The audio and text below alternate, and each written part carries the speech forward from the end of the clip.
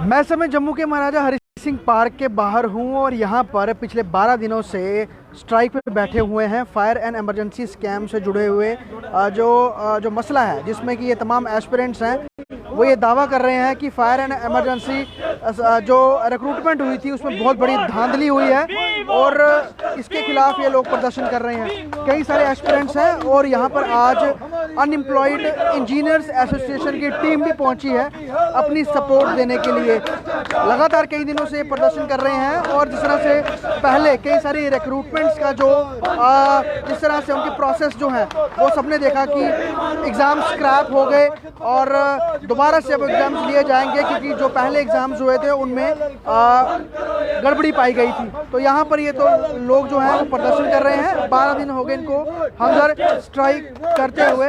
Fire and emergency aspirants है तमाम, इनसे बात कर लेते हैं। क्या नाम है आपका?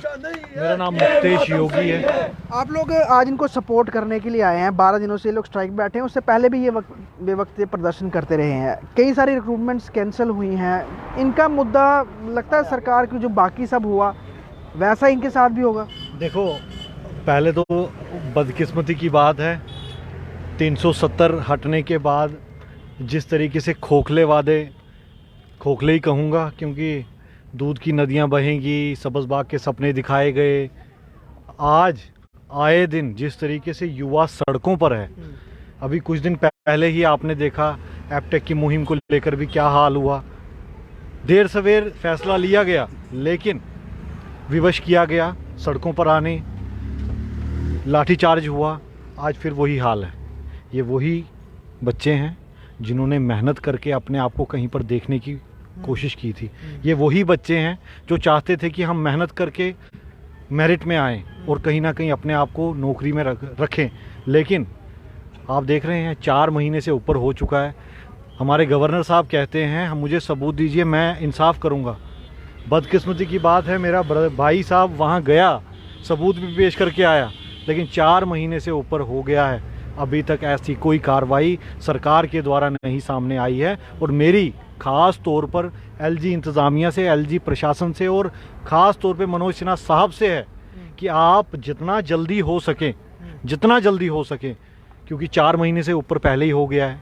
आज पाक महीना, रमज़ान महीना चल रहा है, कुछ दिन पहले नवरात्रे भी थे। जिस तरीके से ये मेरे भाई बंधु आज अपने घर में अपने परिवार के साथ होने चाहिए थे, लेकिन देख लीजिए कुछ यहाँ हैं, कुछ कश्मीर में हैं। बहुत अफसोस होता है। 2 दिन पहले की बात है, रात की एक वीडियो वायरल होती है।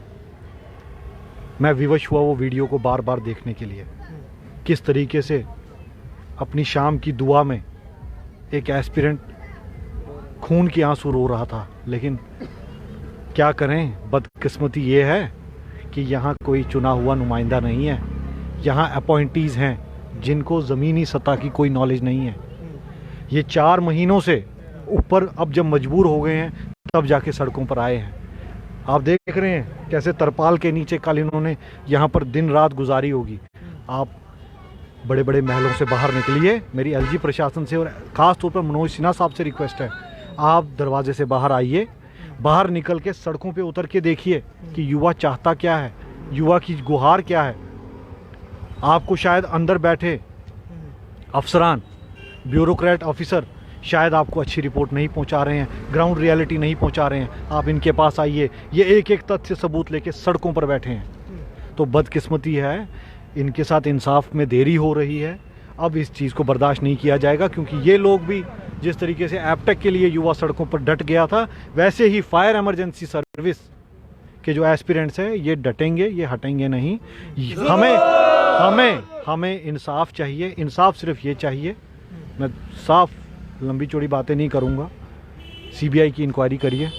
जिनके भी नाम मुलविस पाए जाते हैं उनको तुरंत छुट्टी टर्मिनेट तो बाद में देखा जाएगा, छुट्टी कर दीजिए, क्योंकि वही लोग डिपार्टमेंट में बैठ के कुछ भी फेरबदल कर सकते हैं। आप मेरी बात समझ रहे हैं? तो इसीलिए एलजी प्रशासन को चाहिए पहले जो कमेटी की रिपोर्ट है उसको पब्लिक करें ताकि पूरी जनता को, आवाम को पता चले कि हुआ क्या था। ऐसी खबरें सामने आई, 3 दिन में रिक्रूटमेंट प्रोसेस कंप्लीट हो गया।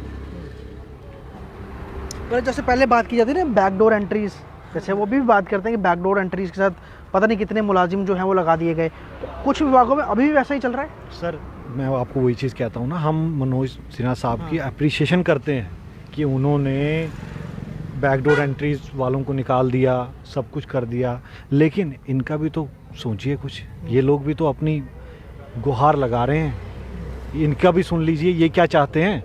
और आप सबूतों के बिना पे बात कर रहे थे, ये तो आपको सबूत आपके कमरे में आपके टेबल पर देकर आए हैं। तो इनके साथ अगर आप मुनासिब इंसाफ नहीं करेंगे तो ये बच्चे जाएंगे कहाँ। आप 12 दिनों से हंगर स्ट्राइक कर रहे हैं, बहुत बड़ी बात होती है हंगर स्ट्राइक करना। अगर ऐसे वो भी सड़कों के ऊपर, पब्लिक प्लेस के बाहर, आप कोई नुमाइंदा सरकारी नहीं आया पूछने, वजह पूछने, देखने के लिए? CID वाले तो यहाँ पे बहुत सारे लोग आते जाते रहते होंगे, डिटेल लेते रहते होंगे, लेकिन ऊपर महकमे से कोई नहीं आया, कोई प्रशासन से कि हंगर स्ट्राइक पे हो, आपकी स्ट्राइक ख़त्म करवाते हैं, प्रयास करते हैं, हम बातचीत कर रहे हैं, किसी भी तरह का एश्योरेंस कोई देने नहीं आया आपको? बिल्कुल सर, मुझे इस बात का दुख है, यहाँ पे कोई पॉलिटिक्स की तरफ से नहीं आया और न एडमिनिस्ट्रेशन की तरफ से आया यहाँ पे। तो हमारी जेन्युइन डिमांड यही थी कि मतलब रिपोर्ट को सबमिट होना चाहिए। अगर कमेटी को 1 महीना दिया गया है, अनफॉर्चुनेटली चौथा महीना हो रहा है, तो अभी तक कमेटी रिपोर्ट सबमिट नहीं कर रही है। हम चाहते हैं कि हमारे साथ इंसाफ होना चाहिए। कई सारे अलग अलग एस्पिरेंट्स जो हैं वो उन्होंने बड़े लंबे वक्त से बीजेपी हेडक्वार्टर का घेराव किया, आप लोग नहीं गए वहाँ पर? बिल्कुल सर, हम भी गए। रविंदर रैना के पास हम गए 5 बार सर।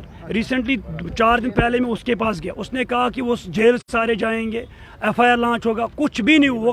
वो खोखले दावे हमसे कर रहे हैं। LG साहब भी खोखले दावे कर रहे हैं और यहाँ की भाजपा भी खोखले दावे कर रहे हैं। हम चाहते हैं कि हमारे साथ इंसाफ होना चाहिए।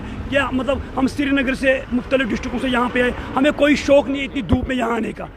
आज यहाँ पे माह रमज़ान चल रहा है, इस वक्त हमें अपने घरों में होना चाहिए, ये रोज़ी हम अपने घर वालों के साथ बिताना चाहते हैं, लेकिन शेम ऑन LG एडमिनिस्ट्रेशन, उसने हमें सड़कों पे लाया है। हमारी जेन्युइन यही डिमांड है कि अगर इस पे कमेटी बिठाई, वही कमेटी जो PSI FW और जल शक्ति में बिठाई, अगर वहाँ पे उन्होंने 40 दिन के बाद रिपोर्ट सबमिट किया है तो यहाँ पे क्यों नहीं कर रहे? इसमें साफ साफ जाहिर है बड़े बड़े लोग इसमें फंसे हुए हैं, बड़े बड़े नेता इसमें फंसे हैं, किसी बड़े मगरमच्छ का हाथ है इस कमेटी पे, तभी ये कमेटी डर रही है रिपोर्ट देने में। मैं खुद RK गोयल साहब से भी मिला हूँ, मैं खुद LG साहब से 2 बार मिला हूँ, श्रीनगर राजभवन और जम्मू राजभवन में। और रिसेंटली LG साहब का स्टेटमेंट आया, उसने कहा जब से मैं जम्मू कश्मीर UT का LG बना हूँ, अगर मेरे संज्ञान में कोई भी भ्रष्टाचार हुआ, नेपोटिज्म, ब्लड रिलेशन, तो मैं उसी वक्त जम्मू कश्मीर छोड़ दूंगा, मैं UP चला जाऊंगा। मैं आपके चैनल के माध्यम से उस गवर्नर साहब तक ये बात पहुंचाना चाहता हूं। गवर्नर साहब, आप वो दिन याद करिए जब मैं आपके पास आया, मैंने जिंदा सबूत आपको दिए, पेपर लीकेज दिया, पेपर स्कैम दिया, ब्लड रिलेशन, सब कुछ मैंने आपको दिया, और आपने एक्सेप्ट किया कि आपने बोला कि इसमें धांधली हुई है, CBI की जांच होनी चाहिए। तो तभी तो गवर्नर साहब ने इस पर कमेटी बिठाई, लेकिन कमेटी को GID की तरफ से खाली 12 दिसंबर से लेकर 12 जनवरी, लेकिन चौथा महीना चल रहा है, कमेटी कुछ अता पता कमेटी का कुछ नहीं है। मैं खुद RK गोयल साहब से सेक्रेटरी मिलने गया, उसने कहा बेटा इसमें टाइम लग रहा है। मैंने कहा सर आप अगले जन्म में रिपोर्ट सबमिट करोगे, अगर आप PSI और FAA पे आपने 40 दिन के बाद रिपोर्ट सबमिट किया, यहाँ पे क्यों नहीं कर रहे हो? उनकी तो CBI जांच हो भी रही है ना, तो आपके मसले में मतलब कुछ अपने लोग फंस जाएंगे, ये डर है? बिल्कुल सर, 100%। जो CBI का काम था, एंटी करप्शन वालों का काम था, वो तो हम खुद एस्पिरेंट ने इस स्कैम बाहर निकाला है। CBI का खाली 20% काम रह गया। मैंने खुद LG साहब के सामने कहा और RK गोयल के सामने कहा सेक्रेटरी में, अगर आपको मैन पावर की कमी है, मेरा नाम है निसार, मुझे CBI इंक्वायरी में बिठाइए, 2 दिन के अंदर मैं पूरा स्कैम बाहर निकालूंगा। अगर मैंने ऐसा नहीं किया तो महाराजा हरि सिंह पार के बाहर मुझे लटका दो। वो तो तैयार ही नहीं हो रहे। ये इतना बड़ा स्कैम है, जम्मू कश्मीर की धरती भी रोती है। बैग अगर 2018 में जिन लड़कों ने फिजिकल क्वालिफाई किया 26,928, आप मुझे बताइए रिटर्न में 7,003 लड़के कैसे आ गई? जिन सजाद अहमद कोका जो इस रिक्रूटमेंट का हिस्सा भी नहीं है, जिसने फॉर्म नहीं लगाया, वो उसको भी जॉब मिल गया। कैसे मिल गया? किसने उसको जॉब दे दिया? 6 महीने तक उसने गवर्नमेंट का नामक है सैलरी ली। फिर जब हमने कोर्ट की तरफ रुख किया तो इस बदबख्त डिपार्टमेंट ने उसके खिलाफ एक कानूनी FIR लॉन्च किया 20/2021।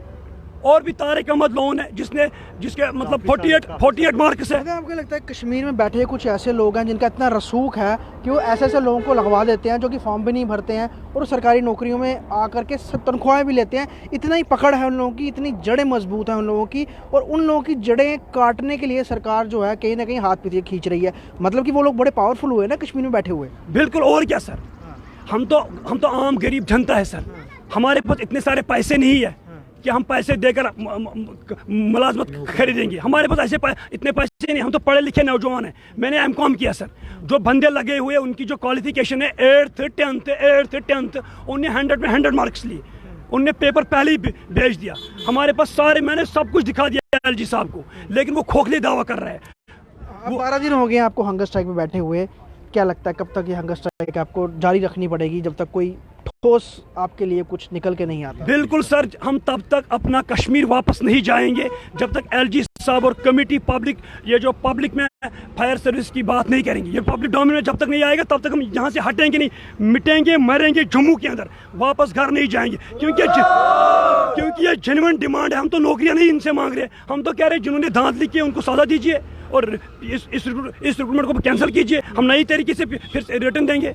हमारी जेन्युइन डिमांड ये है सर जी। तो बाकी कई जगह जो है एडमिनिस्ट्रेशन सरकार बोल रही है कि हम रिक्रूटमेंट प्रोसेस कैंसिल करके दोबारा से उसे जो है वो लेके आएंगे ताकि फेयर तरीके से हो सके, लेकिन ये लोग भी यही मांग कर रहे हैं। इवन कि ये प्रूफ्स भी दे रहे हैं, लेकिन इनके प्रूफ्स को शायद इग्नोर किया जा रहा है क्योंकि 1 महीने के बाद इस कमेटी ने रिपोर्ट देनी थी। अब 4 महीने के बाद भी उनकी रिपोर्ट नहीं आई है और ये लोग इनको इसी चीज़ की दरकार है कि कब सीबीआई जो है फायर एंड इमरजेंसी स्कैम को जो है बाहर निकालेगी। उसमें जो भी पीछे लोग बैठे हैं जिन्होंने इस पूरे स्कैम को किया है वो सबके सामने आएंगे, उनके चेहरे सबके सामने आएंगे। इसको लेकर ये लोग कई महीनों से जो है वो जद्दोजहद कर रहे हैं और पिछले 12 दिनों से हंगर स्ट्राइक पर हैं। और अभी ये जिस तरह से रोज़े चल रहे हैं, रमज़ान का महीना है, उसके बीच भी ये लोग प्रदर्शन करने को मजबूर हैं। वीडियो जर्नलिस्ट सुरजीत सिंह के साथ ख्वाहिश पटेल, जेके न्यूज़ वायर, जम्मू।